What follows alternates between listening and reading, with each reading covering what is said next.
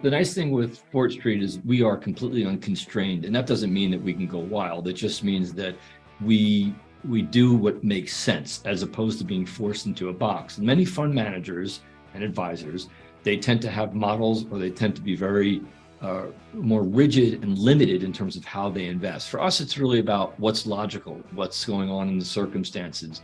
If this is not a time to be feeling where you have to be putting all your chips on the table, then don't. We don't have to.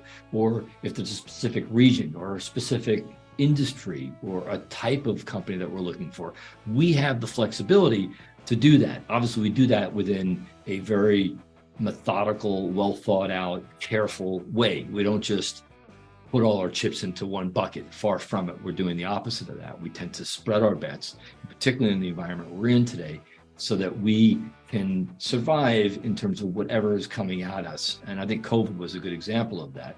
And we prepared for that. We saw it coming, and we cashed up, and we had a lot of gold, and we had good companies that would survive whatever was going on in terms of whatever calamity or near Armageddon type situation. And we came through that.